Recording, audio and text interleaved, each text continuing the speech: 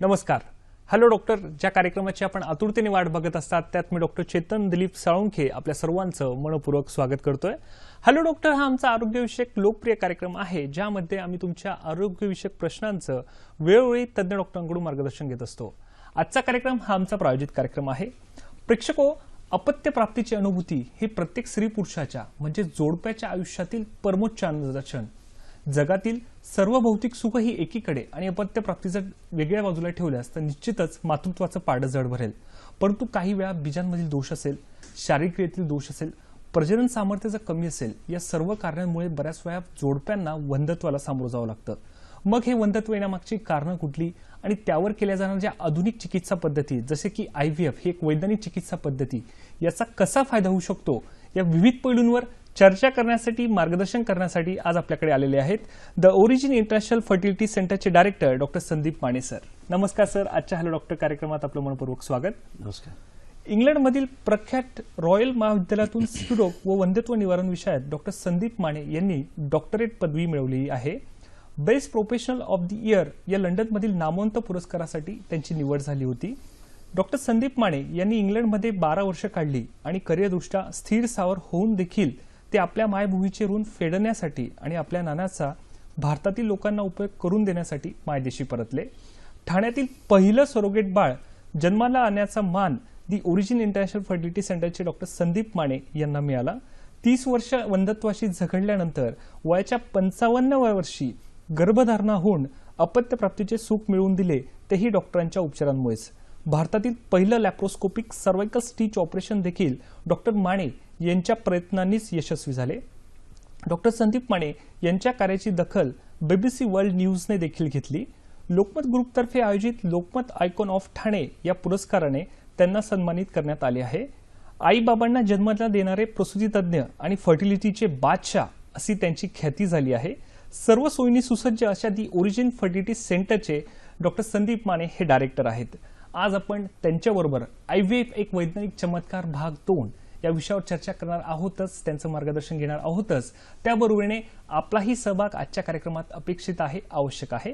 आमच्याशी संपर्क साधण्यासाठी आणि आपले नेमके प्रश्न विचारण्यासाठी कृपया तुम्हाला लागतील आमचे दूरध्वनी क्रमांक.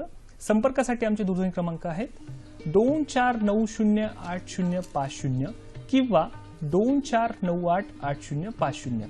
मुंबईवरील प्रेक्षकांनी 022 हा STD कोड डायल करायला विसरू नका. कार्यक्रम सुरू करण्यापूर्वी प्रेक्षकांसाठी आमच्या काही सूचना आहेत. प्रश्न विचारताना कृपया तुमच्या टीव्ही संचाचा आवाज थोडा कमी ठेवा जेणेकरून तुमचे नेमके प्रश्न आमच्यापर्यंत स्पष्ट ऐकू येतील. विषयाच्या अनुषंगाने येणारे प्रश्न आम्हाला तुमच्याकडून अपेक्षित आहे. तसेच कार्यक्रमादरम्यान मी तुम्हाला इतर विषयांवर देखील महत्त्वाची माहिती देणार आहे. चला तर मग आजच्या कार्यक्रमात सुरुवात करूया. सर, पुन्हा एकदा आपलं मनपूर्वक स्वागत. सर, टेस्ट ट्यूब बेबी करण्याची वेळ कोणत्या कारणांमुळे ते काय सांगणार आमच्या प्रेक्षकांना? कसं आहे ना, एक नवीन जोडपं जेव्हा लग्न झाल्यानंतर एक प्रेग्नन्सीची इच्छा असते तेव्हा प्रयत्न करतात आणि एक 6 महिने वर्षभराचा वेळ तरी त्यांच्याकडे असतो बघा. अच्छा. तेवढ्यात जेव्हा ही प्रेग्नन्सी होत नाही मग ते पुढचे प्रयत्न सुरू होतात. गोळ्या, सोनोग्राफ्या, IUI म्हणून ट्रीटमेंट असते आणि हे सोपे ठेवण्याचे प्रयत्न. कोणालाही ट्रीटमेंट नको असते, डॉक्टरांकडे जायचं नसतं, ऍडव्हान्स ट्रीटमेंट तर नकोच असते म्हणून सोपं. मग लॅप्रोस्कोपी ही एक स्लाइड घेऊया बघा. सरांनी इथे आपल्याला दाखवण्यासाठी काही स्लाइड आणल्यात, बघूयात आजची स्लाइड कोणती. आता ह्या स्लाइडमध्ये बघा, सुरुवातीचा वेळ जसं मी म्हटलं, त्यानंतर IUI चे एक 3-4 प्रयत्न, नाहीतर दुर्बिणीचा तपास करून काही अजून इम्प्रूव्हमेंट करायचे आणि परत थोडंफार IUI. ह्या सगळ्या प्रयत्नांमध्ये IVF शिवाय काम व्हावं हा प्रयत्न चालू आहे, पण काही वेळेला ते होत नाही. मग अशा वेळेला IVF ची मदत घ्यावी लागते. आणि हा शेवटच्या भागात म्हटलंय बघा, काही दुसरे फॅक्टर्स असतात. म्हणजे कसं, ट्यूब्स कधी बंद असतात, शुक्रजंतूंचा प्रॉब्लेम असतोय, वय कधी वाढलेलं असतं, अशा वेळेला मग टेस्ट ट्यूब बेबीची मदत घ्यावी लागते, आपल्याला अजिबात न आवडून सुद्धा. अच्छा. म्हणजे जर असं म्हणता येईल की वैज्ञानिक शाखेतील एक मोठी प्रगतीच म्हणावी लागेल की IVF मुळे एवढे सुंदर रिझल्ट आपण सध्या करू शकतोय. सर, पण बऱ्याच वेळा IVF ट्रीटमेंट फेल होण्याची काही कारणं असू शकतात का? त्याबद्दल काय? पण आता हे खूप महत्वाचं आहे समजणं, कारण त्रासानंतर आपण IVF ला पोहोचलो आहोत. एवढं करून त्या ट्रीटमेंटला जाताना हे समजणं गरजेचं आहे की ही चमत्कारिक ट्रीटमेंट असून सुद्धा गॅरंटी नसते. तिथे सुद्धा फेल होऊ शकतंय. आपण खूप मेहनत घेतो, तिथे खर्च असतो आणि तरी सुद्धा काही वेळेला ती ट्रीटमेंट फेल होते. तर आता आपण इथे एक व्हिडिओ घेतोय बघा. या व्हिडिओच्या मदतीने बघूया. हे इथं आता ही स्त्रीबीज बनवली आहेत आणि IVF म्हणजे काय थोडं समजून घेऊया. इथं स्त्रीबीज जी बनवली आहेत ह्या ओव्हरीमध्ये आहेत आहेत आणि निडल टाकून आपण प्रत्येक त्या एगला बॉडीच्या बाहेर काढून घेतो आहोत आणि याला IVFचं प्रोसिजर म्हटलं जातंय. हे एक स्त्रीबीज ज्या फाईन नलिकेतनं ह्या बाहेरच्या ट्यूबमध्ये आलंय बघा आता इथे, आणि मग ह्या स्त्रीबीजामध्ये शुक्रजंतूंना आपण इंजेक्ट, म्हणजे हे कसं सगळं चमत्कारिक आहे. हा एक शुक्रजंतू आहे बघा, आता हा आपण त्या स्त्रीबीजात सोडतो आहोत. असं करून ह्याचं फलन होतं आहे आणि 24 तासामध्ये आपल्याला त्याचे एम्ब्रियोज घडताना दिसतात. आणि मग ते एम्ब्रियोज जे आहेत बघा, आता ह्याच्यामध्ये 4 एम्ब्रियोज आहेत, ते लोड केले आपण ह्या कॅथेटरमध्ये आणि ते एम्ब्रियोज ह्या गर्भपिशवीच्या आत जाऊन आपण तिथं सोडायचे आहेत, कारण तिथं त्याला रुजून वाढायचं आहे.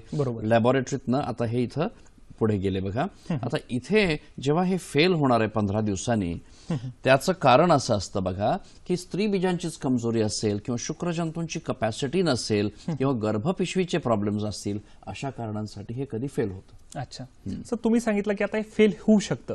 जर ही ट्रीटमेंट फेल झाली तर मग पुढे काय करायचं, त्याबद्दल आमच्या प्रेक्षकांना काय सांगणार? आता ही फेल होणं म्हणजे एक मोठा धक्काच असतोय, कारण इथे पोहोचेपर्यंत लोकांचे 5 वर्ष आधीच गेलेले असतात. मग इथे पैसे नुकसान होतंय, एवढी मेहनत घेतलेली असते ती सगळी नुकसान होतंय. आणि मग अशा वेळेला त्यांना बसून हे नीट समजवणं गरजेचं आहे की हे आपण केलेलं जे पाण्यात गेलं जरी असलं तरी ह्याच्यातनं काही गोष्टी कळतात आपल्याला, पुढे जाण्याचा मार्ग अजून दिसतो. मग ती जी काही आपण एफर्ट घेतलं त्याचं अनालिसिस करावं लागतं. स्त्रीबीज कशी होती, शुक्राणू कसे होते, गर्भपिशवी कशी होती, मग हे सगळं बसून परत एकदा समजावून मग त्यांच्या सोयीनुसार आपल्याला ही ट्रीटमेंट परत करायची वेळ येते. पण काय झालंय हे नीट समजून मगच ते परत पुढचं पाऊल घ्यावं. बरोबर, म्हणजे याच्यात कारणं कुठली कुठली ते महत्वाचं ठरतं. सर माझा पुढचा प्रश्न आहे की जर ट्रीटमेंट वारंवार फेल होत असेल तर मग नेमकं काय करायचं, त्यासाठी काय करता येईल? आता हा तर मोठा प्रॉब्लेम होतो बघा. एकदा आपण त्यांना समजवलंय, परत मनाच्या तयारीने ते सुरू झाले आहे, दुसऱ्यांदा जर झालंय किंवा तिसऱ्यांदा, मग अशा वेळेला त्यांचं कुठेतरी सहनशीलता संपते. एकतर पेशन्स संपतोय किंवा विश्वास पण संपायला लागला. साहजिकच आहे, कोणी त्यांच्या जागी असेल तर हे वाटायला लागतं. जनरली असं समजलं जातं की 3 प्रयत्नात तुम्हाला रिझल्ट मिळायला हवा. आता रिझल्ट म्हणजे नुसता पॉझिटिव्ह नाही, काही वेळेला मिसकॅरेज होतंय, मग परत शून्यात येतो आपण. तर 3 प्रयत्नात नाही झालं तर मग आपण कधी डोनर स्त्रीबीज असतात पुढचे मार्ग घ्यावे लागतात, कारण पेशन्स संपतो. मग अजून ॲडव्हान्स्ड मार्ग स्त्रीबीजा बाहेरनं घेऊन केलंय, परत 2-3दा असं केलंय, तर एवढे प्रयत्न झाल्यानंतर मात्र तिथं आपण समजतोय की हे नाही होत आहे. बरोबर. सर मग बऱ्याच वेळा या पद्धतीचा किंवा या औषधांचा काही साईड इफेक्ट होतात का सर, त्याबद्दल काही सांगता येईल का?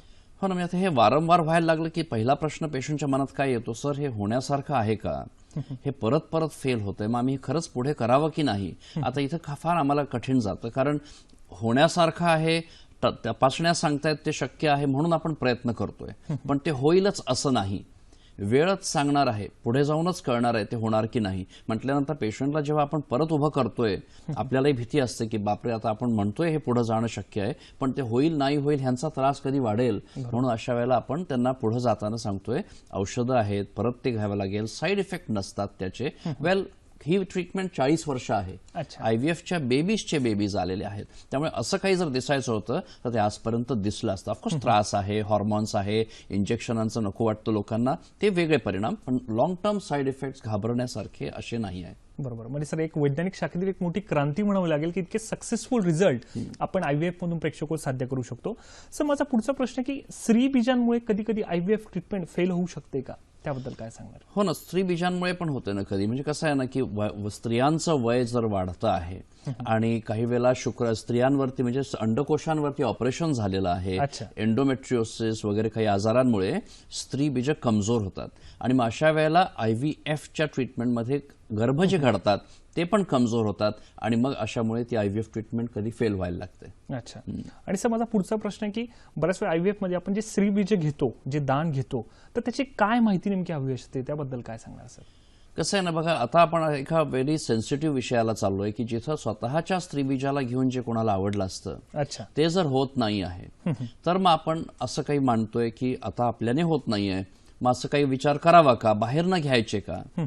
आता हा विषय कठीण जातो कोणालाही ऐकायला, मला सांगायला, पण ती वेळ आलेली असते. आपण त्यांना व्यवस्थित काळजीपूर्वक जर समजवलं तर सगळेच समजतात काय विषय आहे तो. बरोबर, डोळ्यात पाणीच येतं, ऑफकोर्स नको वाटतं हे सगळं, पण तरी त्यातून सावरून माहिती नीट मिळाली की मग ते पुढे जाऊ शकतो. मग ती माहिती खूप क्रिटिकल आहे. म्हणजे कसं ना, एक वादळच मनात उभं राहत असेल की काय सांगतायत आता आणि हे खरंच करायचं का, हे केल्याने मला स्वतःला पटणार का, आमच्या दोघांना आवडेल का, घरातल्यांचं काय मत, समाजाला काय.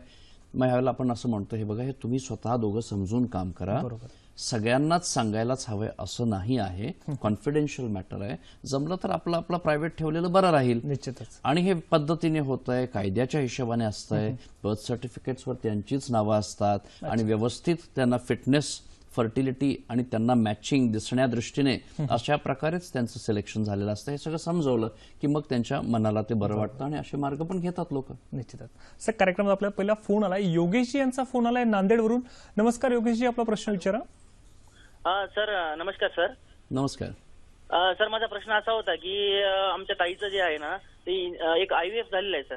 होय. तर त्याच्यामध्ये असं झालंय की ते गर्भधारणा वगैरे त्यांची व्यवस्थित झाली, सगळं बाकी सगळं ओके आहे. परंतु काय झालं सर, शेवटच्या स्टेजमध्ये ज्यावेळेस डिलिव्हरी होते की नाही, त्याच्या 2-3 दिवस अगोदर डॉक्टरांनी आम्हाला सांगितलं की बाबा गर्भाशयामध्ये कुठल्या तरी प्रकारचं इन्फेक्शन झालेलं आहे. बरं. तर ते इन्फेक्शन झाल्यामुळे काय झालं की ते एक बाळ दगावलं सर. अच्छा.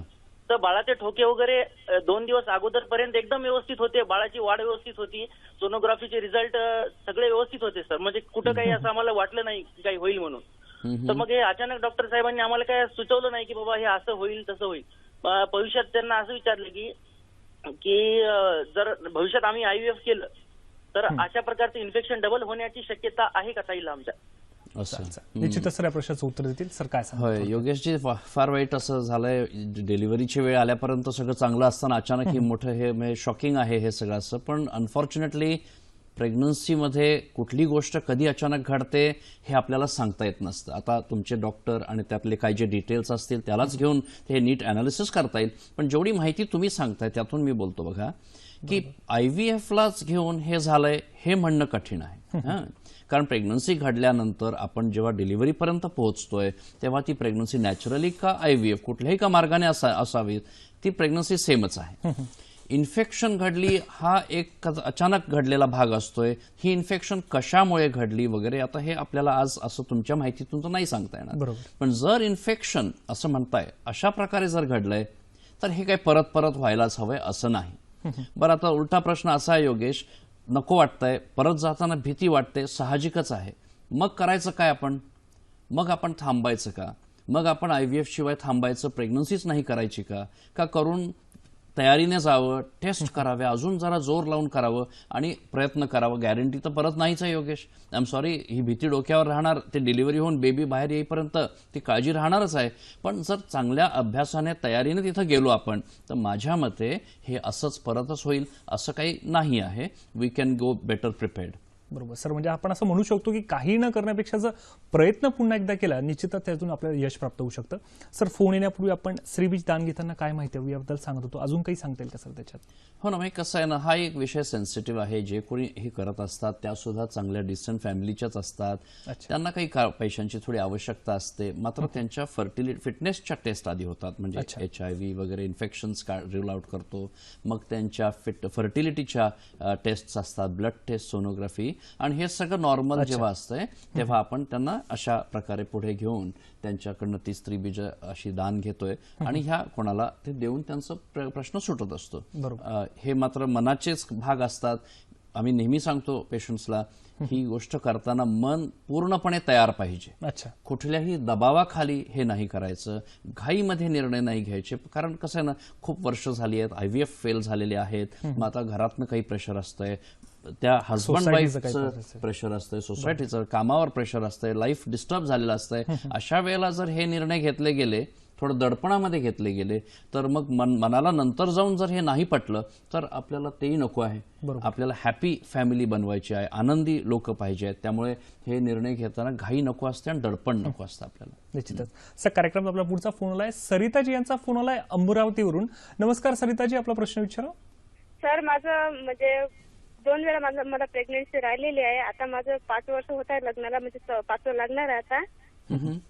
तर आता प्रेग्नन्सी राहतच नाही आहे. दवाखाना म्हणजे केलाच नाही मला 2दा, म्हणजे आपोआपच राहिला. आता दवाखाना करायचा वेळ करू का नाही करू सर मग दवाखाना? असं आहे ना सरिताजी, 2दा झाले. निश्चितच प्रेक्षक सर या प्रश्नाचं उत्तर देतील, परंतु त्यातपूर्वी वेळ झाली एक छोट्याशा विश्रांतीची. कुठेही जाऊ नका, बघत राहा कार्यक्रम हॅलो डॉक्टर.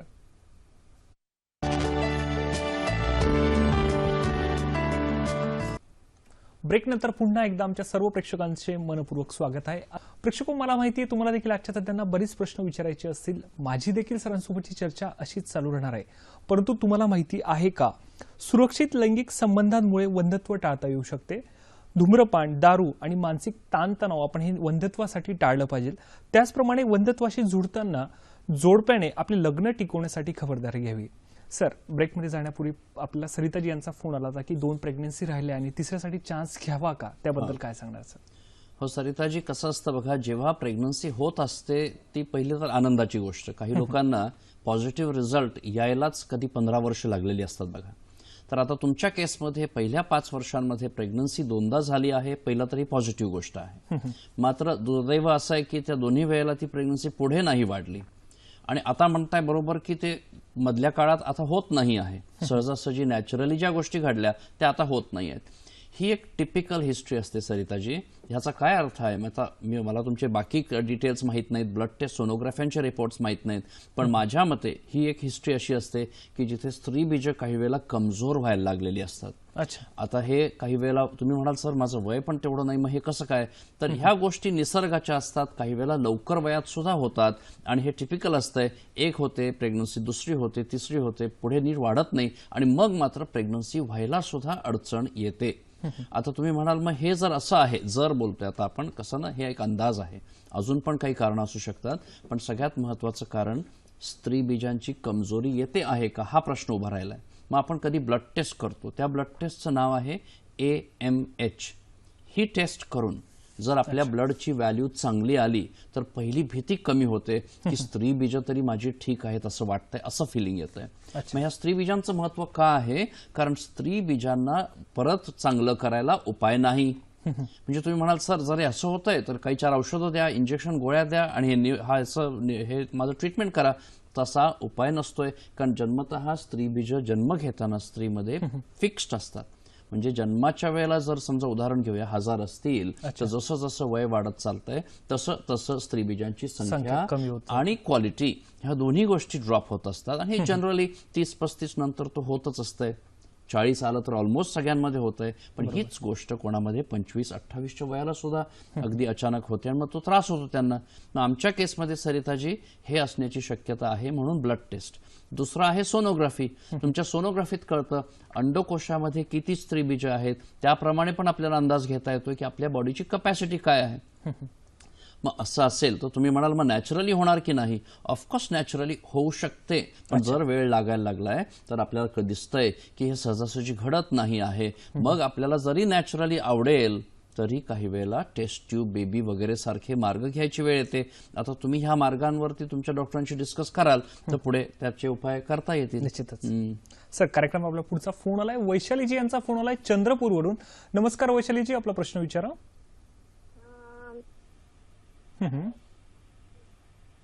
हॅलो. हा सर, माझी गर्भपिशवी स्मॉल असल्यामुळे MC नाही येऊन राहिली, तर त्याचा उपचार होऊ शकेल का? हो वैशालीजी, आता तुमच्या प्रश्नातच अंदाज येतोय की तुमच्या डॉक्टरांनी तुम्हाला थोडाफार ह्याबद्दल सल्ला दिलेला असणार आहे आणि निराशा थोडी वाटतेच आहे तुमच्या बोलण्यातनं. पण त्याचं असं आहे बघा, गर्भपिशवी परत जन्मतः जेव्हा कुठे बॉडी आपली फॉर्म होत असते तेव्हा 2 भागात डेव्हलप होत असते. गर्भपिशवीचे 2 भाग असतात आणि ते 2 भाग एकत्र येऊन ती गर्भपिशवी एक होत असते. काही वेळेला काय होतं तर गर्भपिशवीचे हे 2 भाग नीट जुळत नाहीत आणि तिथे एक असा पडदा होतो. काही वेळेला काय होतं तर एक भागच नसतोय, एकच भाग राहतो. अच्छा. काही केसेसमध्ये जे काही दोन्ही भाग येतात ते छोटे असतात आणि तुम्ही म्हणता तसं पाळी येत नाही मग, आणि त्याच्यात तेवढी कार्यक्षमता नसते आणि मग प्रेग्नन्सी रोजण्याची आणि 9 महिने वाढवायची त्या मसलमध्ये तेवढी ताकद कधी काही वेळेला नसते. आता तुम्ही जर म्हणताय की गर्भपिशवी लहान आहे तर ही सोनोग्राफीमध्ये चेक केली असावी आय एम शुअर. दुसरं, पाळी जर येत नाही आहे तर मग मात्र त्याची लाइनिंग पण चांगली डेव्हलप होत नाही असा त्याचा अर्थ निघतोय. मग हे सगळे जर तपास झाले असतील वैशालीजी तर मग कदाचित तुम्ही म्हणताय त्याला उपाय नसतो अशा वेळेला. आणि गर्भपिशवी ट्रान्सप्लांट म्हणजे कसं ना, किडनी ट्रान्सप्लांट बद्दल तुम्ही ऐकलं असाल, हार्ट ट्रान्सप्लांट बद्दल तुम्ही ऐकलं असाल की दुसऱ्याचं हार्ट घेता येतं, पण अजून गर्भपिशवीच्या ट्रान्सप्लांटचं ऑपरेशन एवढं नाही जगात झालेलं. ते अजून येतंय, 2-4 केसेस झाल्या पण आहेत प्रेग्नन्सीच्या, पण ते अजून तेवढं एस्टॅब्लिश नाही आहे. निश्चितच. सर, माझा पुढचा प्रश्न आहे की स्वतःचे स्त्रीबीज आणि डोनरचे स्त्रीबीज घेऊन केलेले ट्रीटमेंट यामध्ये काही फरक आहे, त्याबद्दल आमच्या प्रेक्षकांना काय सांगणार सर? हो, तर सगळ्यात मोठा फरक म्हणजे वेळ वाढायला लागलाय, स्वतःला घेऊन प्रयत्न 2दा-3दा झालेले आहेत, मानसिक, शारीरिक, आर्थिक सगळ्या दृष्टीने आता हे नकोसं व्हायला लागलेलं आहे. आणि आता अशा मनस्थितीमध्ये जेव्हा अजून एक वेगळा विषय मांडला जातोय की सर बाहेरनं स्त्रीबीज घेऊन कसं करायचं, मग त्यावेळेला तो मनाचा एक मोठा आघात असतोय. हा पहिला फरक. त्याच्यातनं त्या कमजोर मनावरती अजून असे आघात केले तर त्यांना ते कठीणच जातं, पण ते बरेचसे पेशंट त्याच्यातनं सावरतात. आणि सगळ्यात मोठा महत्वाचा भाग त्यांचं काउन्सिलिंग, त्यांना व्यवस्थित बसून त्यांचे प्रॉब्लेम समजून आपल्याला पण त्यांची काळजी आहे हे त्यांना नीट कळलं की मग मात्र हे मॅटर पुढे सरकतं.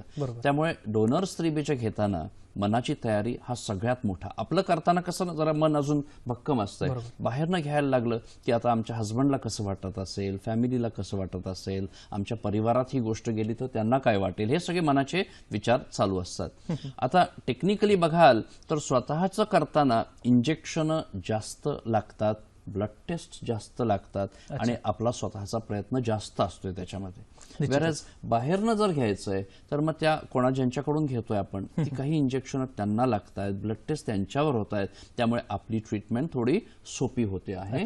आणि एकदा गर्भपिशवीत घेतले की मग आपले काय किंवा बाहेरनं घेतलेली स्त्रीबीज काय, दोन्हीचा पुढचा भाग सेमच आहे, पण सुरुवातीच्या भागामध्ये आपल्याने त्रास जास्त असतोय. बरोबर सर. या प्रश्नाला अनुसरून माझा पुढचा प्रश्न आहे की डोनर ट्रीटमेंट सुद्धा वारंवार करून झाली तर त्याच्यात जर फेल होत असेल तर मग काय करावं सर, त्याबद्दल काय सांगता येईल? हो ना, तर हा बघा कठीण विषय आहे. सुरुवातीला तर आपण साधे प्रयत्न केले, 3-4 वर्ष 5 वर्ष लॅप्रोस्कोपी झाली, IUI झाले, मग टेस्ट ट्यूब बेबी आपण सुरुवात जशी केली त्याची वेळ आली म्हणून आपण टेस्ट ट्यूब बेबी केलं. ते 1दा 2दा 3दा फेल. टेस्ट ट्यूब बेबी मध्ये नाही होत आहे म्हणून आपण स्त्रीबीज घेतली बाहेरून, समजा काही वेळेला त्याची 2दा 3दा प्रयत्न केल्यावर मग पेशंट्सला असं वाटू शकतं की हे कुठे थांबणार. हे आपण दरवेळेला आशेने एक नवीन मार्ग घेतोय, नव्या उमेदीने आपण ट्राय करतोय, पण सर तरी नाही होत आहे, आपल्याला इथे जड होत आहे. पण बघा प्लीज पेशंटला हे सगळ्यांना आपल्याला नेहमी समजवायला लागतंय की आपल्याकडनं आपण जोर लावून कराल, तुम्ही तुमचे निर्णय घ्याल, आम्ही आमचे प्रयत्न करू, पण शेवटी निसर्गाच्या पुढे आपलं काही वेळेला काही चालत नसतं. मग जर डोनर स्त्रीबीज घेऊन सुद्धा फेल झालं तर ही स्लाइड बघा आता इथे, या स्लाइडमध्ये आता असं बघूया. इथे सुरुवातीचं म्हटलं ना आपण आपला प्रयत्न केलेला आहे. ऑप्शन 1 स्वतःची स्त्रीबीज शुक्राणू, हे प्रत्येकाला आवडत असतंय. टेक्निकली कठीण जरी झालं तरी हा मार्ग पाहिजे. 1दा 2दा 3दा जर हे फेल झालंय मग आपण कंटाळतोय, आपल्याला जमत नाही म्हणून पुढचा मार्ग घेतोय चान्स वाढवायला. एक स्त्रीबीजांचा प्रश्न आपण बायपास केला, मग शुक्राणू तुमचेच आहे, गर्भपिशवी प्रेग्नन्सी तुमचीच होते आहे, एवढं जरी झालं तरी बऱ्याच वेळेला समाधान असतंय की जेनेटिकली लिंक आहे आणि माझी स्वतःची प्रेग्नन्सी झाली आहे. अशा मार्गांना मात्र यश आलं तरी चालतंय. काही वेळेला हेही होत नाही. तुम्ही जो प्रश्न विचारताय की 2दा 3दा स्त्रीबीज बाहेरनं घेऊन सुद्धा, म्हणजे आता तुम्ही समजू शकताय किती त्रास असेल. आता पुढचं बघा, मग काही वेळेला हा सरोगसीचा विषय येतोय, कारण आता काय दिसतंय की गर्भपिशवीमध्ये रुजायचा प्रॉब्लेम येतो आहे. हा प्रश्न सोडवून सुद्धा आपला प्रश्न सुटला नाही आहे. मग काही वेळेला गर्भपिशवीचा, मग तुम्ही म्हणाल गर्भपिशवीचा प्रश्न आता कसा कळतोय, तो आधीच का नाही त्याचे तपास केले? आपण सगळे तपास करतो बघा, म्हणजे काय सोनोग्राफी असते, ब्लड एक दुर्बिणीचा तपास असतोय, आणि असं करून जर आपण अभ्यास केलाय याचा अर्थ असा नाही की गर्भपिशवीची कार्यक्षमता नॉर्मल आहे. जरी पूर्वी नॉर्मल वाटलं तरी इथं फेल 4-4 वेळा झालं तर काही वेळेला सरोगसीचा विषय येतो. आता हा डेलिकेट मॅटर आहे. परत कोणा दुसऱ्यामध्ये प्रेग्नन्सी करायची हे सुद्धा काही लोकांना पटत नाही, किंवा ऑफकोर्स पुढे जाऊन अडॉप्शनही मार्ग आहे. तर अशा वेळेला मात्र हे मॅटर मोठं व्हायला लागलंय. पण ह्यांचे एवढे त्रास झालेले आहेत, एवढं सफरिंग झालंय की हे विषय सुद्धा मग एका वेळेला त्यांना ऐकायला चालतात. मग मनाच्या तयारीने असतात. मग एकीकडे सरोगसी आहे, दुसरीकडे अडॉप्शन आहे. मग आपल्याला काय त्यातलं पटणार? सरोगसीमध्ये तरी कुठं गॅरंटी आहे? असे मार्ग जेव्हा येतात पुढे, त्या पेशंट्सचं ऑफकोर्स डिसिशन्स कठीण जातात. पण एवढंच म्हणेन की जे काही मार्ग घ्याल, स्वतःचा असावं का डोनर का सरोगसी का इव्हन अडॉप्शन, हे सगळे मार्ग जर पूर्ण मनाच्या तयारीने, पूर्ण प्रश्न समजून, नॉलेजने घेतले डिसिजन्स, तर त्यांना आनंदच असतो. सर कार्यक्रमात पुढचा फोन आलाय, अनिलजी यांचा फोन आलाय औरंगाबादवरून. नमस्कार अनिलजी, आपला प्रश्न विचारा. हॅलो. हॅलो. हा नमस्कार सर, मी अनिल जाधव बोलतोय औरंगाबाद. नमस्कार. हा नमस्कार. सलग प्रश्न विचारा. हा सर, माझा प्रॉब्लेम असा आहे की IUI सलग 2 वेळा केलेलं आहे आतापर्यंत. बरं. तर 2 वेळा केलं तरी पण ते गर्भधारणा राहिली. तर ते किती करता येईल सर? असं आहे ना अनिल भाऊ, IUI प्रेक्षक निश्चितच सर या प्रश्नाचं उत्तर देतील. तत्पूर्वी वेळ झाली एक छोट्याशा विश्रांतीची. कुठेही जाऊ नका, बघत राहा कार्यक्रम हॅलो डॉक्टर.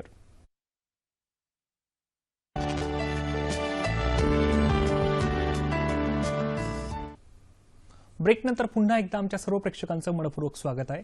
प्रेक्षको, आता पाहू आजच्या कार्यक्रमाचं पुनःप्रक्षेपण कधी आहे ते. आजचा हॅलो डॉक्टरचा आमचा प्रायोजित कार्यक्रम चालू आहे.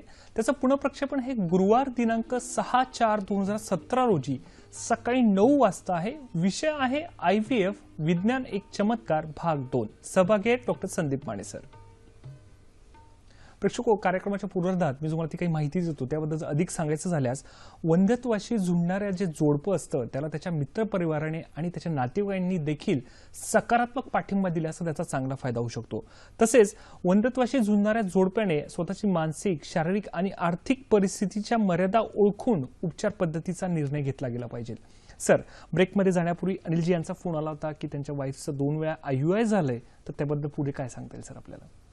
अनिल भाऊ, IUI ही एक फार साधी ट्रीटमेंट आहे बघा. एकदम सोपा प्रयत्न आहे. म्हणजे आपण काय करतोय, स्त्रीबीज बनवतो आहे, सोनोग्राफीने चेक करतो आहोत, इंजेक्शन देऊन स्त्रीबीज तिथं रिलीज होण्याचं टायमिंग फिक्स करतो आहोत आणि त्यावेळेला चांगले शुक्राणू सिरिंजच्या मदतीने गर्भपिशवीत सोडून एकाच वेळेला स्त्रीबीजांना आणि शुक्राणूंना एका जागी येण्याची सोय करतोय. त्याला IUI म्हणतो. ही फार साधी ट्रीटमेंट आहे. ह्याचा सक्सेस रेट 15-18% एवढाच आहे. त्यामुळे तुम्ही आता 2 प्रयत्न झाल्यानंतर थोडेसे घाबरलेले दिसताय की 2दा आता म्हणजे किती वेळा करावं लागेल. 15-18% म्हणजे एकदा फेल होतंय, कधी दुसऱ्यांदा फेल होतंय, मग 3री-4थी वेळ आल्यानंतर कुठेतरी थांबावं लागतं. सोपं साधं म्हणून त्यालाही काही मर्यादा आहे, किती वेळा आपण आशेने करायचंय. मग अशा वेळेला जर 2-3-4 प्रयत्न अपयशी झाले तर काहीतरी कारण असेल का अजून जे आपल्या टेस्टला दिसलं नाही, म्हणून लॅप्रोस्कोपी करून अजून माहिती गोळा करून मग परत काही वेळेला IUI करून बेसिकली आता तुमचे अनिल भाऊ IVF अवॉइड करण्याचे प्रयत्न चालू आहेत. IUI यशस्वी व्हावं आणि IVF अवॉइड करता यावं ह्यासाठी पुढचे प्रयत्न आहेत. असं आहे. निश्चितच. सर, माझा पुढचा प्रश्न आहे की IVF बद्दल आपण इतकी सुंदर माहिती देत आहे, तर त्याच्यामध्ये लॅप्रोस्कोपीचं काय महत्व आहे त्याबद्दल आमच्या प्रेक्षकांना काय सांगणार? हो ना, आपण आज म्हणतोय की IVF ट्रीटमेंट हे एक चमत्कारिक भाग जो काही त्याचा आहे त्याचा हा बघा. आता ही एक मी तुम्हाला थोडी स्लाइड दाखवतो. सरांनी दाखवण्यासाठी काही स्लाइड आणल्यात, बघूयात काय म्हणतात ते. होय, दुर्बीण आपण गर्भपिशवीच्या अवतीने म्हणजे पोटामध्ये दुर्बीण अॅनेस्थेसिया असतोय. इथं काही पेशंटला कळत नाही. अर्ध्या सेंटीमीटरचा कट इथं असतो बेंबीच्या इथं. दुर्बीण आत टाकून आपण गर्भपिशवी, ट्यूब, ओव्हरी ह्याचा अभ्यास करतोय. मी आता अनिल भाऊनं असं म्हटलं की जर इथं IUI फेल होतंय तर मग ह्या ट्यूब्स चांगल्या आहेत का, ह्या ओव्हरीज नॉर्मल आहेत का, इथं काही चिटकलं आहे का, ह्या सगळ्याच गोष्टी काही सोनोग्राफीत दिसलेल्या नसतात. म्हणून लॅप्रोस्कोपी करून आपल्याला आणखी माहिती मिळते. पण लॅप्रोस्कोपी हे एक ऑपरेशन आहे. पेशंटला थोडेसे कट्स इथं पोटावर असल्या कारणाने थोडा त्रास आहे. म्हणून ही गोष्ट सुद्धा न करता झाली प्रेग्नन्सी तर पहिले प्रयत्न तसे असतात. पण जर होत नाही, अनिल भाऊ म्हणतात तसं, तर मग हे करायचं, ही पुढची माहिती गोळा करायची. आणि इथं असं आहे बघा, ही गर्भपिशवी आहे, इथं उजव्या बाजूची ट्यूब, डाव्या बाजूची ट्यूब, ही पांढरी ओव्हरी आहे. हा असा व्यवस्थित अभ्यास करून मग परत छोटे प्रयत्न करतो आपण. ह्याला आपण लॅप्रोस्कोपी म्हणतो. निश्चितच. सर, माझा पुढचा प्रश्न आहे की फायब्रॉइड बद्दल काय माहिती देता येईल सर आमच्या प्रेक्षकांना? हो ना, आता बघा ही एक स्लाइड अशी दाखवतो. लॅप्रोस्कोपी करताना काही वेळेला आपल्याला फायब्रॉइड्स दिसतात, पण हे आधी सोनोग्राफीत दिसलेलं असतंय. त्यामुळे लॅप्रोस्कोपी करताना आपल्याला हे फायब्रॉइड्स काढायचे असतात काही वेळेला. आता फायब्रॉइड म्हणजे काय, एक साधी मसलची गाठ असते बघा. ही गर्भपिशवी म्हणजे ही गर्भपिशवी आहे. काही वेळेला एवढ्या गाठी असू शकतात. बाहेरच्या बाजूला असतात, कधी मसलमध्ये असतात, कधी आतल्या बाजूला. आता ही बाहेरची गाठ असेल तर जनरली ही गाठ काही त्रास देत नाही. ही गाठ मध्ये मसलमध्ये आहे, ती वाढायला लागते, काही वेळेला आतल्या बाजूला यायला लागते. मग पाळीचे प्रॉब्लेम चालू होऊ शकतात, रुजण्याचे प्रॉब्लेम चालू होऊ शकतात. वेरॅज ही आतल्या बाजूची जर गाठ असेल तर ही नक्कीच प्रॉब्लेम करते. त्यामुळे सोनोग्राफीने हे चेक करून मग आपण लॅप्रोस्कोपीने या फायब्रॉइड्सचा अभ्यास करतो. तर हे फायब्रॉइड्स प्रेग्नन्सी न होण्यातही अडचण करू शकतात. मिसकॅरेजेस म्हणजे गर्भपात होऊ शकतात आणि वाढत्या प्रेग्नन्सीला सुद्धा त्रास देऊ शकतात. म्हणून काही वेळेला आपण ते काढतो. पण एक सांगायला लागेल, फायब्रॉइड्स असले म्हणजे ते काढायलाच लागतात असंही नाही. ते जर बाहेरच्या बाजूला आहेत, ते जर खूप मोठे नाही आहेत आणि आपल्या प्रेग्नन्सीच्या रस्त्यात जर नसतील तर काही वेळेला फायब्रॉइड्सचं ऑपरेशन न करता सुद्धा पुढे जाऊ शकतो आपण. पण ते जर पुढे जाऊन वाढले मात्र तर 2-4 वर्षानंतर ते ऑपरेशन करायची वेळ येऊ शकते. निश्चितच. सर, कार्यक्रमात पुढचा फोन आलाय. श्रावणजी यांचा फोन आलाय जळगाववरून. नमस्कार श्रावणजी, आपला प्रश्न विचारा. हॅलो सर, आमची बायका 2दा डिव्होर्शन झाला होता सर. हॅलो, काय म्हणता सर मराठी मध्ये? सॉरी, तुमचा प्रश्न नीट नाही पुन्हा एकदा कळला. विचारा. सर, आमची बायका 2दा राहिला हे काय झाला प्रॉब्लेम आली होती सर. तर 2दा त्यांच्या अबॉर्शन झाला होता सर. होय, असं आहे ना बघा, 2दा झालेली प्रेग्नन्सी गेली असं ते म्हणतायत. तर मगाचा प्रश्न साधारण असाच होता की 2दा प्रेग्नन्सी जाते, ह्याच्यात चांगली गोष्ट अशी की प्रेग्नन्सी घडते आहे, बरोबर. वाईट गोष्ट अशी की झालेली प्रेग्नन्सी आपल्या हातातून जाते आहे. आता असं नाही की प्रेग्नन्सी 2दा गेली म्हणून परत चांगली होणारच नाही, असंही नाही आहे.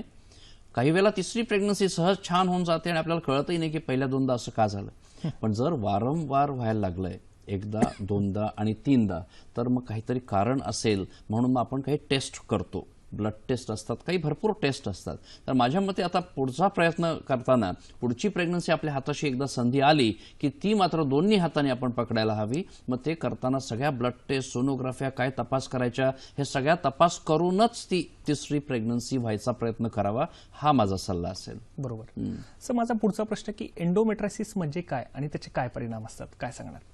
आता आपण विचार करतोय जे लॅप्रोस्कोपीने काही गोष्टी ज्या दिसतात, आधी मात्र सोनोग्राफीने दिसतंय आणि मग लॅप्रोस्कोपी. ही एक स्लाइड बघा इथे. आता ह्या स्लाइडमध्ये असं आहे, हे सोनोग्राफीमध्ये दिसतंय बघा की ह्या ओव्हरीमध्ये हा जो गोळा आहे हा सिस्ट आहे, म्हणजे ह्याच्यामध्ये ब्लड आहे. आता एंडोमेट्रियोसिस म्हणजे काय तुम्ही जे म्हणताय, तर हे ऍक्च्युअली काय आहे, गर्भपिशवीची लाइनिंग जिथे नॉर्मली पिरियड येत असतोय, ही लाइनिंग गर्भपिशवीच्या बाहेर जाऊन ओव्हरीमध्ये रुजते, अंडकोशात रुजते आणि इथे जेव्हा पाळीसारखं ब्लिडिंग होतंय त्या ब्लिडिंगला जायला जागा नसते. मग हे पोटामध्ये असं साचत जातं आणि इथं एवढं मोठं झालंय बघा इथे 4 ते 5 सेंटीमीटर. तर पाळीच्या वेळेला दुखणं आणि इनफॅक्ट पाळीच्या 2 दिवस अगोदर दुखणं हे ह्या एंडोमेट्रियोसिसचं लक्षण असतंय. आणि असं जर दिसलं सोनोग्राफीत, मग आपण लॅप्रोस्कोपी करून हा सगळा सिस्ट काढतो आणि मग ह्याचा एक प्रकारचं ट्रीटमेंट करतो. एंडोमेट्रियोसिस आणि फायब्रॉइड हे दोन्ही कंडिशन्स अशा आहेत की ह्या काही वेळेला परत नंतर वाढू शकतात. त्यामुळे असं जर काही ऑपरेशन करावं लागलं तर त्यानंतर लवकरात लवकर प्रेग्नन्सी करून ते 9 महिने फायद्याचे ठरतात. अच्छा सर, याही पुढे जाऊन मला तुम्हाला असं विचारायचं की हिस्टेरोस्कोपीचा काय फायदा होऊ शकतो, त्याबद्दल आमच्या प्रेक्षकांना काय सांगणार? हो ना, आता आपण दुर्बीण पोटात टाकण्याचा विचार केला. दुसरा मार्ग, आता ही एक स्लाइड बघा इथे. दुसरा जो एक प्रकार असतोय जिथं दुर्बीण आपण गर्भपिशवीच्या आत टाकतोय, अगदी फाईन टेलिस्कोप असतोय, पिशवीच्या तोंडातनं जाऊन तो आतल्या बाजूला आपण बघतोय आणि ही गर्भपिशवी आतल्या बाजूने अशी दिसते बघा. ही इकडे एक ट्यूब उघडते आहे, दुसरी ट्यूब तिकडे आहे, प्रेग्नन्सी रुजण्याची जागा ही आहे. त्यामुळे हे कसं चमत्कारिकच आहे की आपल्याला काही पेशंटला वरती पोटावर कट न करता एवढी माहिती गोळा करता येते. आणि मगाशी मी म्हटलं तसं की जर वारंवार कोणाची प्रेग्नन्सी जात असेल तर आपण त्या गर्भपिशवीचा आतून अभ्यास करतो, ही लाइनिंग काढून आपण पुढच्या तपासांना पाठवतो. काही वेळेला ट्युबरक्युलोसिस सारखे आजार तिकडे दिसतात, म्हणून ह्या टेस्टचाही एक मात्र वेगळा रोल आहे. मी एवढंच म्हणेन, दुर्बिणीचे हे दोन्ही तपास, लॅप्रोस्कोपी आणि हिस्टेरोस्कोपी, हे शक्यतो एकाच वेळेला करावे. 2 वेगवेगळे करायला जाल तर डबल अॅनेस्थेसिया, डबल त्रास होतो. एकाच झटक्यात काय जे आहे ते बघावं आणि तिथे प्रॉब्लेम असेल तर त्याला ते काढून टाकावं. निश्चितच सर. प्रेक्षको, सरांसोबतची माझी चर्चा अशीच चालू राहणार आहे. तत्पूर्वी आता वेळ झाली एका छोट्याशा विश्रांतीची. कुठेही जाऊ नका, बघत राहा कार्यक्रम हॅलो डॉक्टर.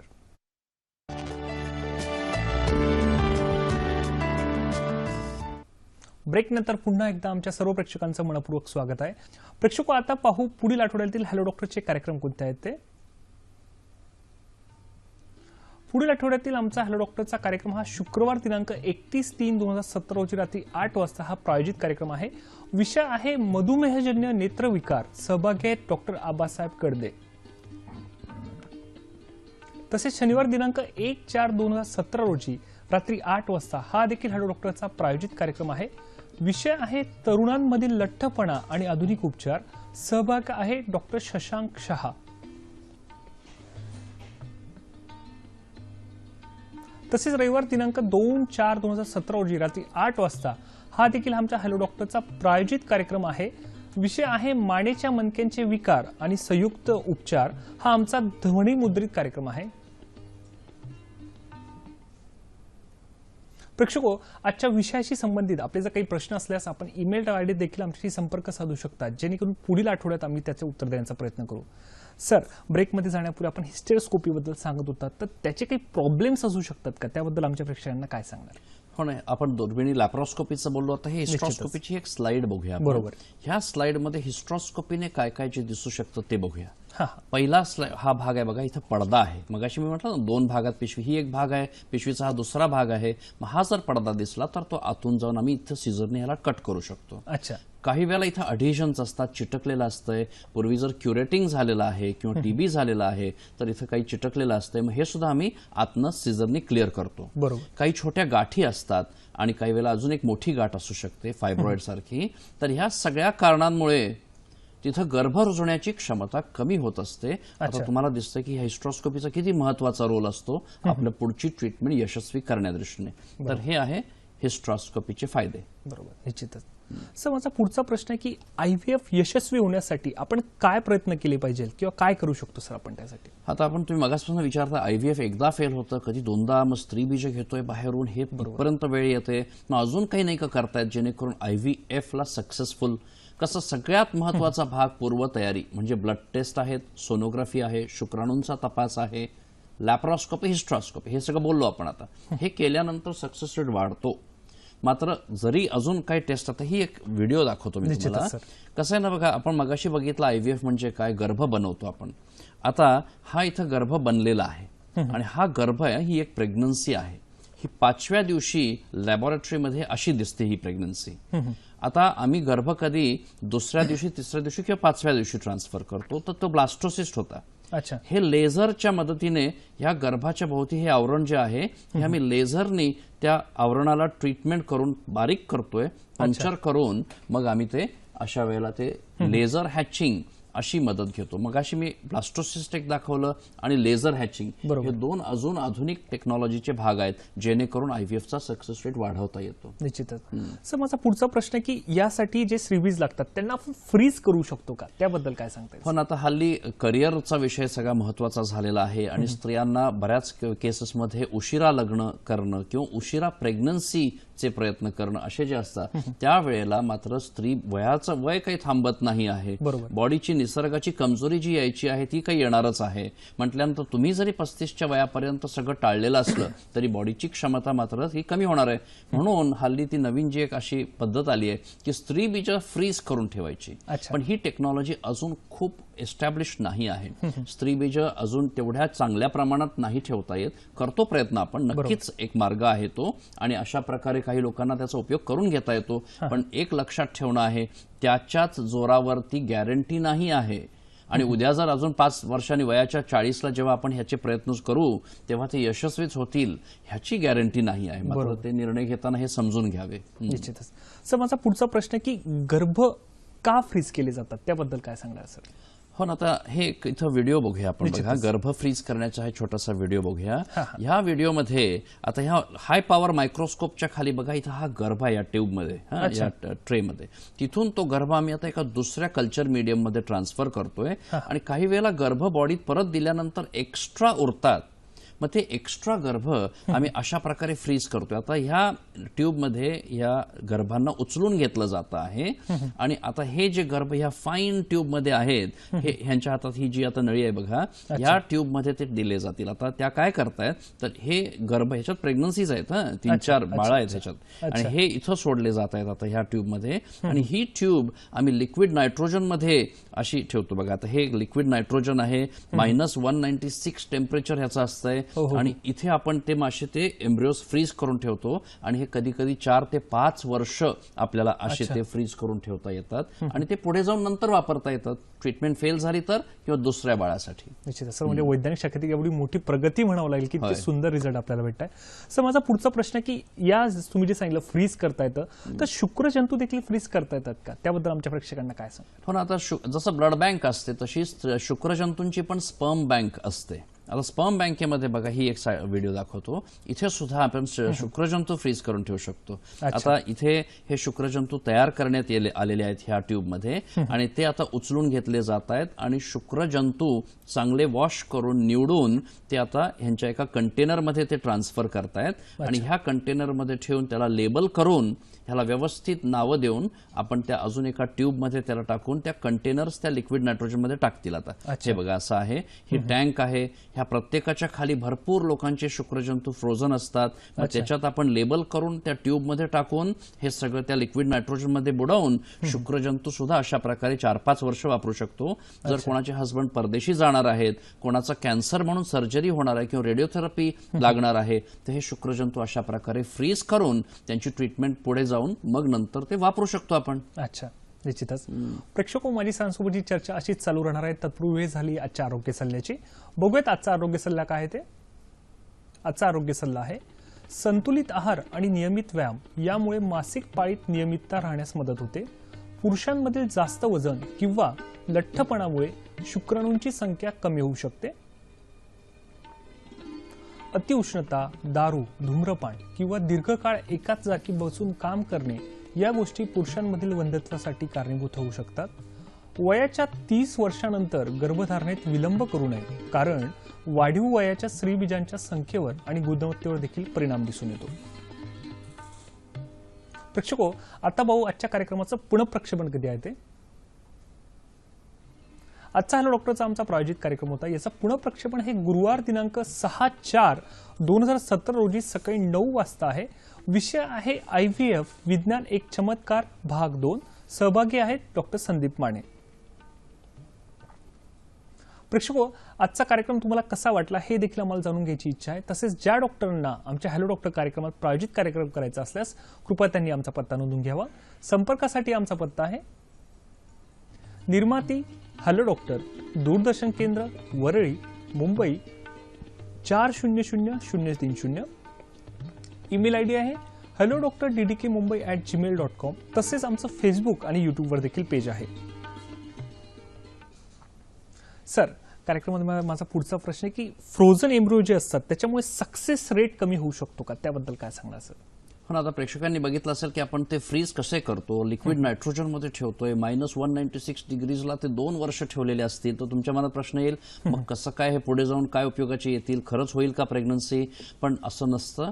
फ्रोझन एम्ब्रियोजची एफिशियन्सी छान असते आणि पुढे जाऊन सुद्धा ते आपल्याला प्रेग्नन्सी असे खूप बेबीज आहेत जे फ्रोझन एम्ब्रियोजनी. आणि मग पुढचा प्रश्न, ह्याच्यात काही ॲबनॉर्मॅलिटी वगैरे येईल का? पण ही पण ट्रीटमेंट खूप वर्षांपासून चालू आहे आणि इनफॅक्ट जगभरामध्ये आता एक नवीन पद्धत येते आहे की फ्रेश ट्रान्सफर लगेच न करता फ्रीज करून वेगळ्या महिन्यामध्ये परत गर्भपिशवीची तयारी करून मग ते फ्रोझन एम्ब्रियोज ट्रान्सफर करण्याची सोय बऱ्याच ठिकाणी अशी सुरू झालेली आहे.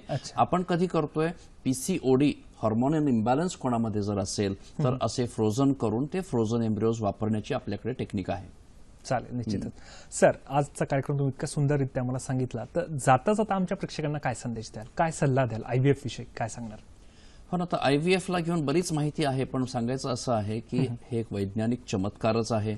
ह्याने खूप लोकांच्या आयुष्यांना उपयोग झालाय, फायदा झालाय. पण ही सगळी ट्रीटमेंट हाती घेताना नॉलेज घ्यायचं, त्याची कंप्लीट जाणीव असावी की याचे फायदे काय, तोटे काय, आणि मनाच्या पूर्ण तयारीने करताना हे लक्षात ठेवायचं. तुम्ही जरी हे निर्णय घेतले, डॉक्टरांनी जरी सगळं आपल्या ताब्यात नाही आहे. काही 2 गोष्टी निसर्गाच्या हातात राहतात आणि काही वेळा आपल्याला अडचणीचे दिवस पण बघायला लागतात. त्याला धैर्याने सामोरं जाऊन पुढे जात राहायचं. निश्चितच. प्रेक्षको, यात मला काही ओळी आठवल्या की आयुष्य अतिशय सुंदर आहे, त्या जीवनाच्या वाटेवर असे काही क्षण येतात की आपल्या संपूर्ण जीवन हे अंधारमय वाटू लागते. मग या काळोखाच्या वाटेवर एखादी आशेची किरण आपल्याला संपूर्ण वाट दाखवत असते. जसे की आशेची किरण असलेल्या IVF टेक्नॉलॉजीच्या साहाय्याने आपण काळोखरम्य अशा वंध्यत्वावर सोनेरी उपचार साध्य करू शकतो. सर, आज आपण इथे आलात व आमच्या प्रेक्षकांना IVF एक वैज्ञानिक चमत्कार या विषयावर इतकी महत्त्वपूर्ण माहिती दिली, त्याबद्दल सह्याद्री वाहिनीतर्फे व माझ्या हॅलो डॉक्टरच्या संपूर्ण टीमतर्फे मी आपला मनपूर्वक आभार व्यक्त करतो. धन्यवाद.